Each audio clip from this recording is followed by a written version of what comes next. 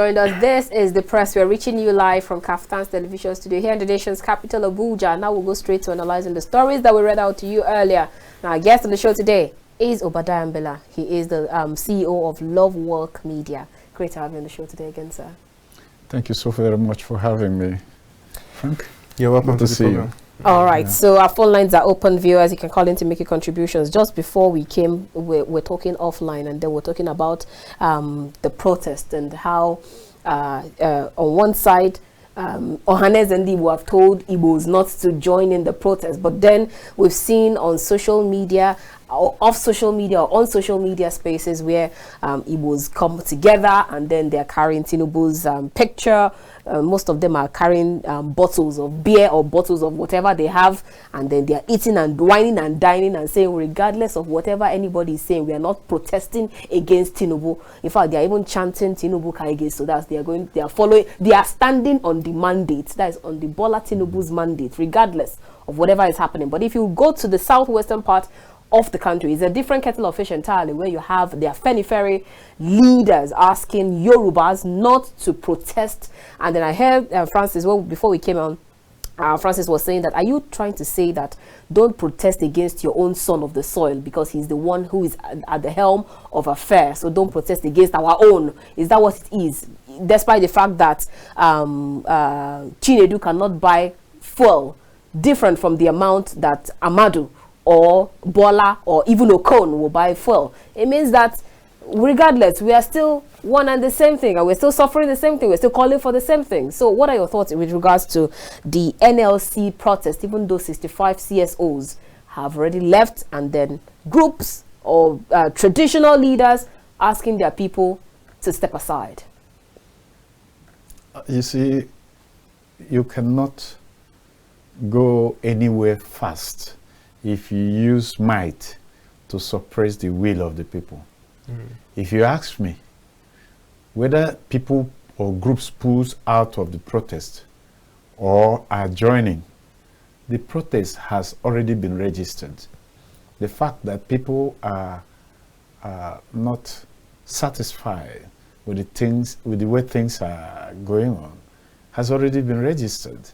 So the practical side of it, which is going to the street to demonstrate that, is another aspect, which personally, as an individual, I do not support 100%, because we know that Nigerians are angry and hungry. And therefore, if you allow them to go on the street to vent their anger, it will be a monumental disruption of public safety. It will be a monumental loss to some private individual who are struggling to eke out living.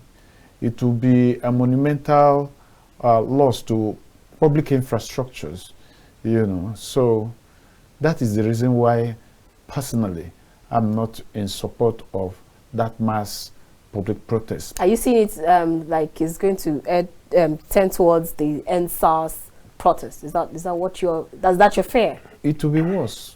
It will be worse. But NLC is involved here. People may pretend. Afanifere may be protecting the son of the soil, but they are not doing that with their whole heart. They know that things are not working out well. And we live in a country that has been divided even the more since the coming of APC.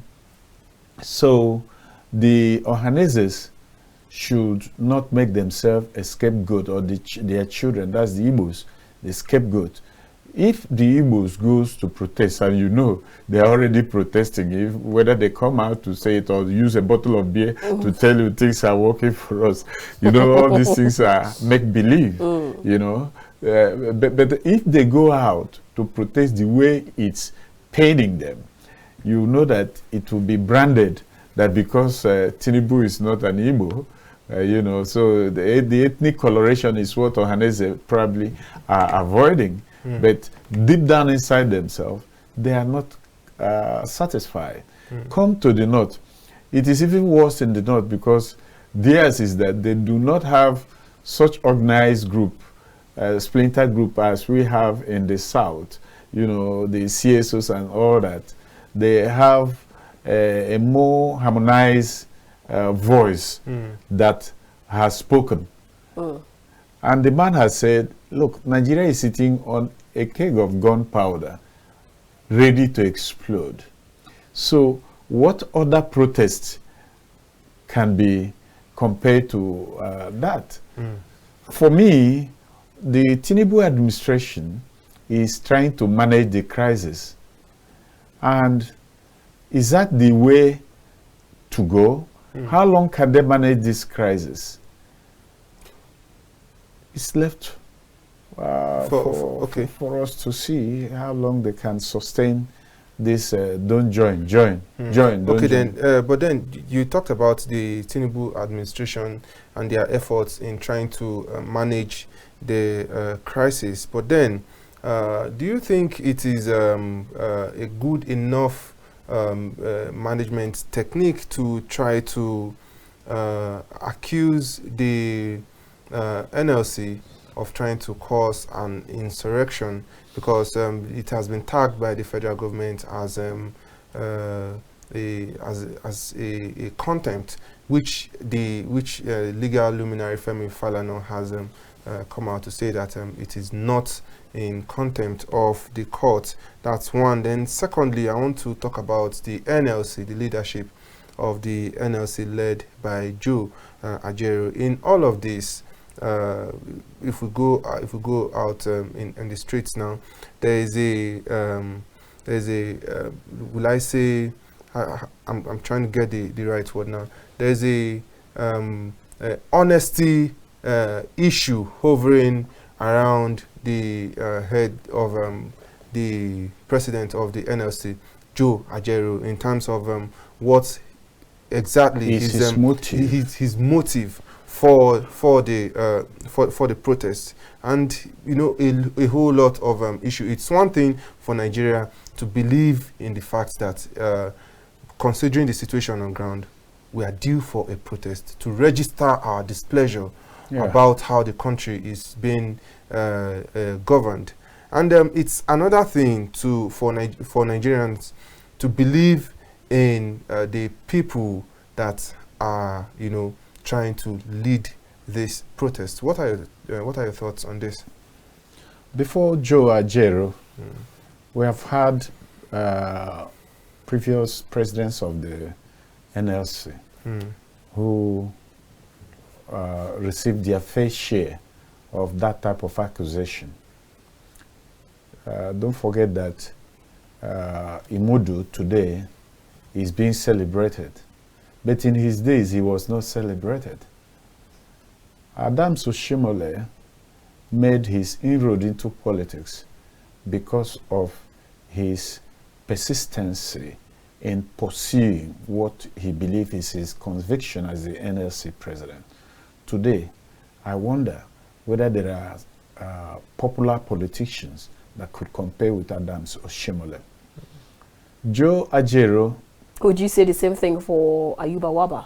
Ayuba Waba was a more moderate fellow in his approach. And then, of course, you know, he was accused of compromising. That is the other extreme. If you decide to toe the middle ground, you'll be accused. Yes, but sorry for cutting you. Ayuba Waba was so many times accused for compromising, which, you know, popularly everybody just had this belief that, okay, this is exactly where he stands. But for Joe Ajaero at this moment, a lot of people actually do not know where he stands. Are you standing for yourself? Are you standing for the government by proxy? Or are you standing for the people? A lot of people have this... those who know Joe Ajaero will never toe this line of thought. But that's what's and going on. And then, of course, like as I've said, it is hardly very difficult for anyone standing in the office of the president of the Nigerian Labour Congress to go without being accused either for or against. Okay. But don't forget that today, those that belongs to the electrical industry, where Joe Ajero had elsewhere over many years, would tell you that he is a dogged fighter, even when his own personal interest is in the line, he will still choose to fight. And I don't know, you know, short people usually don't accept stop. When you ask them to stop, they want to go on. Annabel, do you agree with that? It's generally, look at Adab Soshomon. No, I just want us to establish it. Yeah, so yeah, I can trace it down to Adam Soshomon, Gige. Don't shake tables. No, just for I know I am taller than Annabel. You are taller than Annabel. So I'm trying to confirm. If what our guests have said is true. And Annabel and Amadine, if you are watching, I just want to help us confirm. If you look at the people in question, it appears Annabel is a giant. So I'll just pass on Francis. So Joe will never go unaccused. So if I were him, even though I'm taller than him, I'll continue to stand and live with my conviction, notwithstanding. But I have said here in this studio, is there no other strategy we can use to protest? When the ASU want to protest, they go on strike. I said, come on, one strike too many. Why can't we devise a new way to approach this government? I remember they said, when the people have learned to, when men have learned to shoot without missing, the birds should learn to fly without pitching. For me, the fact that the government don't want to be held accountable is not a new thing. It is a culture that we retain from the old lyrics of military rule. The soldiers should not be asked, why are you creating more states in the north and then fewer in the south? No. So they want to create whatever they want to create. Nobody should question. Now, when we started our democratic experiment in 1999, the president and commander-in-chief also told the same line. And like my Oga, late John Madepo of blessed memory would say, he would tell you that my president is a constitutional dictator. Now, this is the old lyrics of the military that we still retain in our democratic experiment. This ought not to be. We should be changing that culture, letting the people speak. And of course, and that is why I keep referring to the government of Musa Yar'Adua and Goodluck Jonathan. They allowed you to protest. It helps them to sit up. It helps them to balance. But if you think that the only answer you have for the crying baby who is hungry is to close his mouth so that he'll be...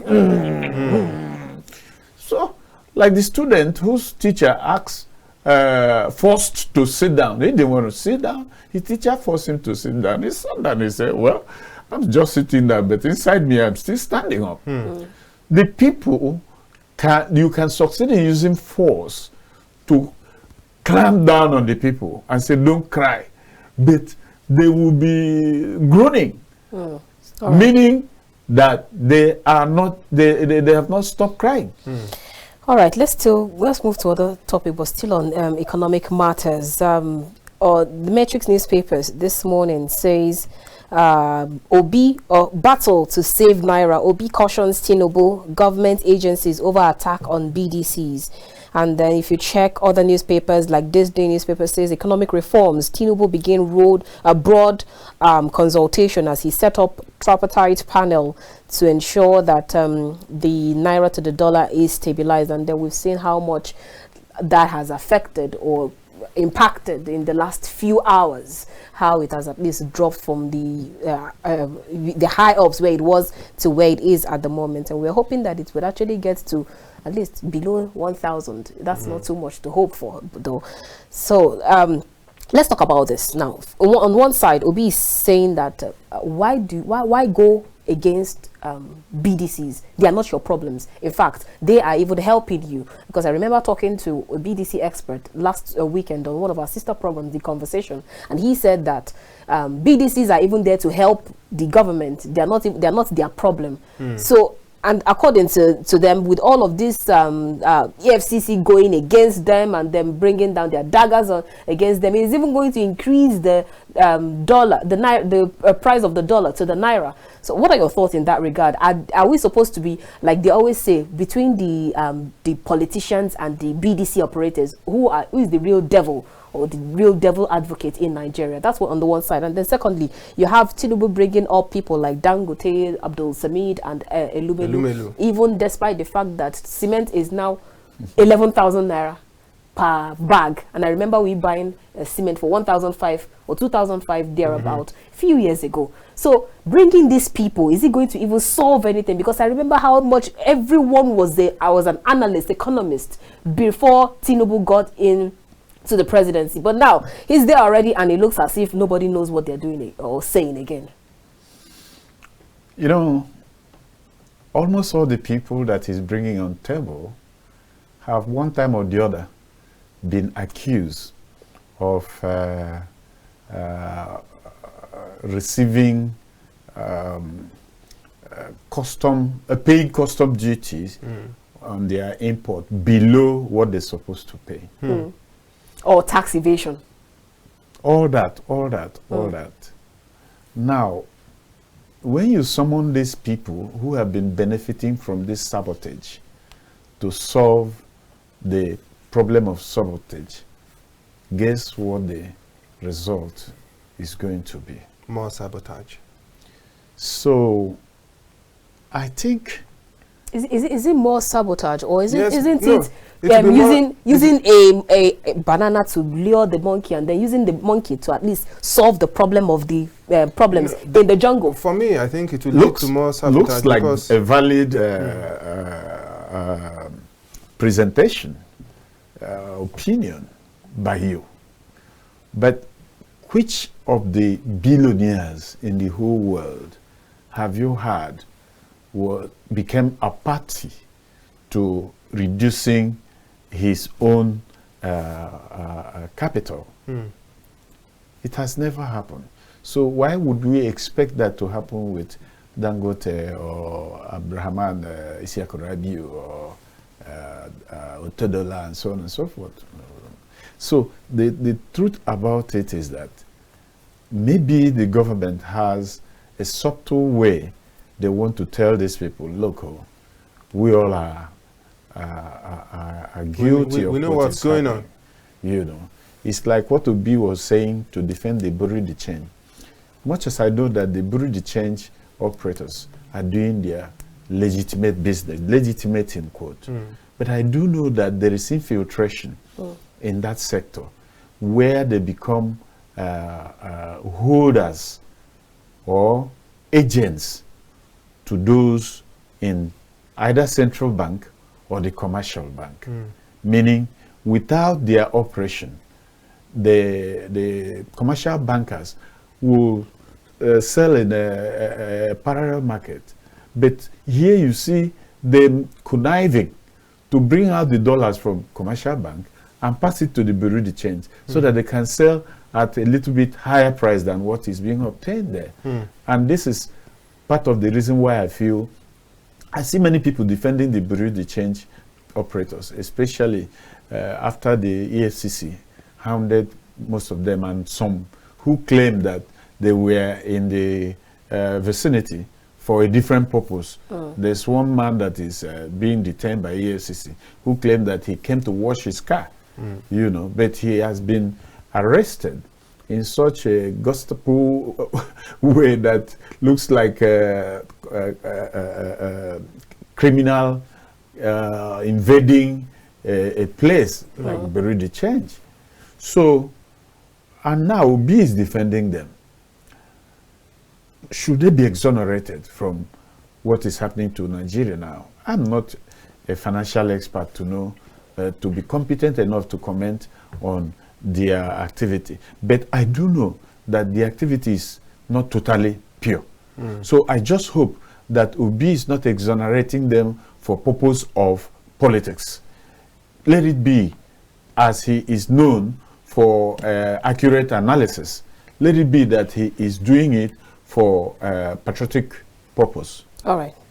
Let's quickly take this call before we go ahead. Hello, good morning. Hello, good morning, Annabel and Francis. Good morning to you. Good morning, Aki from Lagos. Yeah, this is again from Lagos. Thank you. Let me quickly make my own contribution. The thing is that at the moment, I don't know, because the situation in the country is so tense. So I don't really know what pattern Joe Ajero is going to take in doing his own type of protest. Whether it's going to be sit at home or they are coming to the street. That coming to the street is what I will not going to support, because there is no way they are going to do it successfully, because either it is hijacked or themselves somewhere, if politics is involved, it could generate to another thing. They are not accusing either party. So all I'm for is for the greatness of Nigeria. Then secondly, the issue of inviting Dangote, the other man, and Elumolu to the table. I am thinking that the government should be thinking of a kind of decentralizing the authority to producing the cement. What do I mean by that? Give access to as many people as possible. Okay. Okay? Yes, to be producing or importing if it is imported or producing in Nigeria, that will break down the price. So we cannot be enslaved with just few people. But if the government thinks that few people will run the economy, all we want is that we want things to be cheap, because things are not high now. Yeah. That's that. But we should not. We don't have to be biased, in the sense that I'm not trying to say your analyst is biased. He's only explaining it based on his own understanding at the moment, or what he can remember. But the truth of the matter is that it's not only these few people, Elumelu and Dangote, that are actually evading tax in Nigeria. If you go to Nigerian ports, most of these importers, whether importers of tires, importers of drugs, or whatever you want to call it, the government needs to step up. They will go overseas there, they will buy something. Let me give you an instance. Maybe they buy something at the rate of maybe, let's say, the 20 million. So they will declare on their packing list and everything there that it is 50 million or something. What I mean by that is just that they buy something cheap, but they declare that they buy it high in order to come and sell it high to Nigeria. So both the customs and the importers. So don't restrict it to only Dangote or whatever. All importers, especially tires and all these motor whatever. All right. All these areas need to be checked, and even some agencies that are assigned to the ports. Most I of them agree. are not doing the right thing that they are supposed to do. See, All right. there is enormous things that need to be done in this country. It's not just restricting it to one particular set of people. So we All right, have Akim. enormous work to do, and we must be so careful that militaries must not come to power, because if they should come to power, it's a 1 million tax setback to the country. So Thank you so much, Akim. God bless Nigeria. Thank you. God bless you too. Thank you for your Thank you contribution for this your morning. contribution. And as our time is fast winding down, let's talk about the Nigerian Qatar Investment Forum brouhaha that has set the internet agog over the weekend. Over the weekend on Saturday, there was an alleged leaked memo from the State House in Abuja, stating the unavailability of the Qatar's Minister of Commerce, for President Tinubu's investment visit. and it has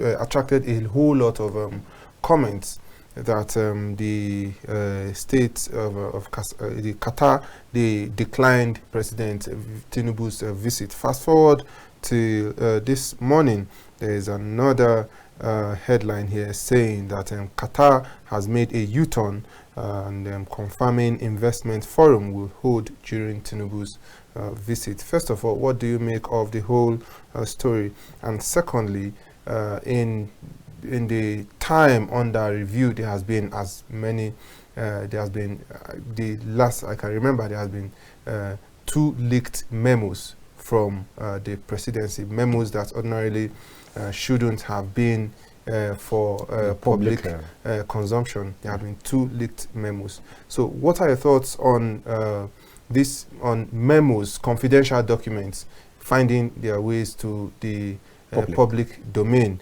And secondly, what are your thoughts on Qatar, first of all, declining President Tinubu's coming for investment forum, and later, making a U-turn?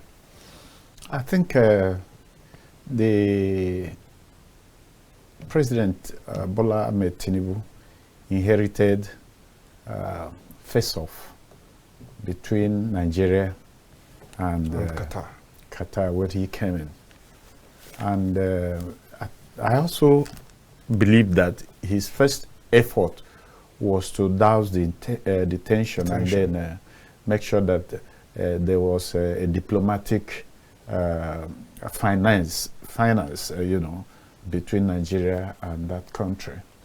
But in the diplomatic world, nations tries as much as they can to do business that favors them, not the one that doesn't favor them.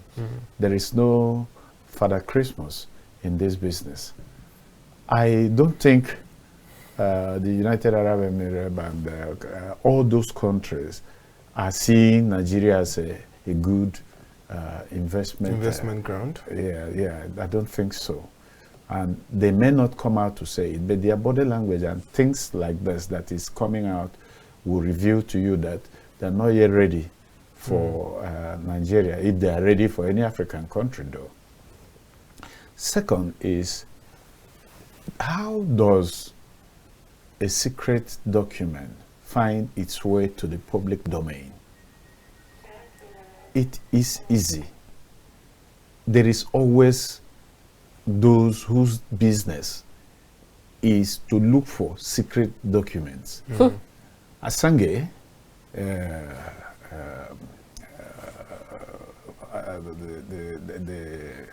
there was a protest about his seeking for asylum or so the other time. That's where he specializes.